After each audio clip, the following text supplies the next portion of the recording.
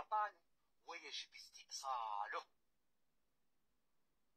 ليس في الجزائر فقط، يعني في افريقيا. تخيلوا جات سائحة تونسية لمدينة عنابة، سائحة نورمال، سياحة جات، تحرشوا بها زوج من الشباب. أين تلجأ؟ امرأة طفلة يا عمك، هذه راكم تشوفوا فيها طفلة مسكينة، تحرشوا بها الزوجات. وين تروح؟ تروح للأمن، يعني هذه دولة. ما راحتش لكولومبيا بلاد لا مافيا، لكولومبيا، حتى كولومبيا خير من الجزائر ضرب. الجزائر كانت تظن بأنها في دولة مثل الدول. أين تذهب يتحرشوا بها زوج؟ وين تروح؟ راحت لمركز الأمن، هيك تلقى فوايوات أكثر من الفوايوات اللي تحرشوا بها برا، حتى في مقر الشرطة وتحرشوا بها. ايه مقر الشرطة حيوانات. خرجت من المركز تاع الشرطة فاقدة الأمل، ما عندهاش وجهة أخرى تروح تشكي منها، مسوها حتى بيديهم. شرطة يمثلون النظام الفايح اللي راح نشوفه. واش راح دارت؟ حلت بيه، قالت لهم الجزائر غير آمنة، بلد خطير، الجزائر دولة غير مستقرة. مشيت مروحة في الديوانة، حكموها وعقبوها في نهار واحد على المحكمة، وحكموها لعام حبس و30 مليون غرامة. شفتوا هذا النظام كم هو مجرم. ليس كي حنايا رانا نقولوا بلي هذا النظام راه سرطان في افريقيا ويجب استئصاله. جماعة وريتكم انا تويك الفيديو بتاع الدسيري، الشاهد كما يقولوها الشاهد من اهله، فهمتني؟ شاهد من اهله، معناه يوريك شو كيفاش هذاك. شوف يتكلم حق على خاطر عايش لبرا، مسكين عايش برا يتكلم على الجزائر الحق يتكلم. اما الداخل مساكن اللي يتكلم قالك المراه مسكينه تكلمت، عيروها وعروها ويعملوا فيها اللي تحبهم، حاسينه فضيحه.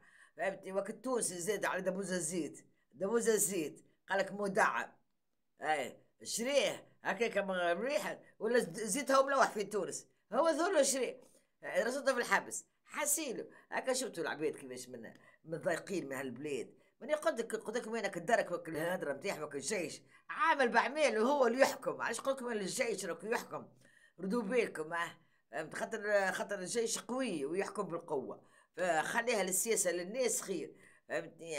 معناها شفتوا كيفاش مش احنا رانا نسبوا ولا كذا، هما بيدهم في حاله، هما بيدهم مسكر في حاله حليله في الجزائر بصراحه.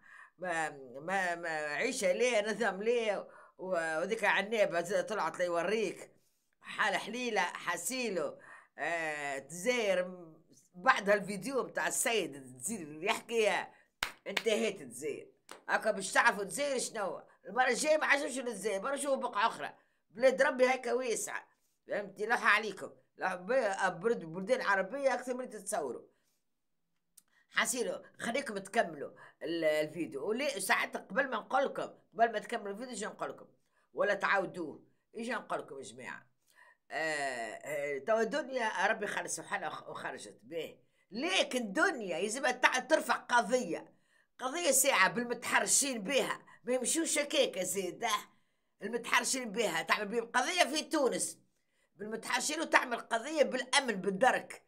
الأمن اللي مشيت للمركز وتحرشوا بها، عندها الحق هي. راه شوف معناها عندها الحق المحكمة الدولية توصلها للمحكمة الدولية وتشكي بهم الزوز لذوما. فهمتني؟ تشكي خاطر شوف المحكمة الدولية تعمل لهم عقاب بلاد كاملة، تعمل لها عقاب باش يتعلموا كيفاش الجيش باش يحترموا التونسية. التونسية مش إليجي راه وخلكم تونسية راهي صعيبة ياسر، خاطر الحقوق ربي يكون خذيتهم. معناها إنسان عندها حقوقها في بلادها، وحتى كي تخرج حقوقها يتبعوها. فهمتني؟ والحمد لله كي خلصنا منكم يا جزائريين، الحمد لله كي بنتنا خرجت الحمد لله. باش نوريكم بقية الكلام نتاع السيد. عليه ديما نقول لكم النظام الجزائري سرطان ويجب استئصاله. ليس في الجزائر فقط، عليه ديما نقول لكم النظام الجزائري سرطان ويجب استئصاله. في افريقيا. تخيلوا جاء سائحة تونسية لمدينة عنابة، سائحة نورمال، سياحة جات، تحرشوا بها زوج من الشباب. أين تلجأ؟ امرأة، طفلة يا ربك، هي اللي راكم تشوفوا فيها، طفلة مسكينة تحرشوا بها الزولاد. وين تروح؟ تروح للأمن، يعني هذه دولة. ما راحتش لكولومبيا بلاد لا مافيا، لكولومبيا، حتى كولومبيا خير من الجزائر. الجزائر كانت تظن بأنها في دولة مثل الدول. أين تذهب كي يتحرشوا بها زوج؟ وين تروح؟ تروح لمركز الأمن. راحت لمركز الأمن، ساعتك تلقى فوايوات أكثر من الفوايوات اللي يتحرشوا بها برا، حتى في مقر الشرطة وتحرشوا بها. خرجت من المركز تاع الشرطة فاقدة الأمل، ما عندهاش وجهة أخرى تروح تشكي منها، مسوها حتى بيديهم. شرطة يمثلون النظام الفايح هذا اللي راكم تشوفوا فيه. واش راح دارت؟ حلت بيه، قلت لهم الجزائر خير آمنة، بلد خطير، الجزائر دولة غير مستقرة.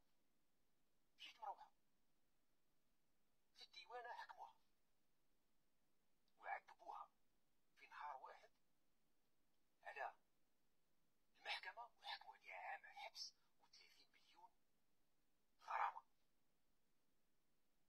شفتوا هذا النظام كم هو مجرم. ليس كي حنايا رانا نقولوا بلي هذا النظام راه سرطان في افريقيا ويجب استئصاله. هم ما نقدرش نقولوا فيها هكاك صدفة. شوفوا الجزائريين يا خاوتي، شوفوا الجزائريين، النساء ما رحمهمش. تخرج مرأة دير فيديو على الفساد، يتم اعتقالها وتعريتها في الكوميساريات وسجنها.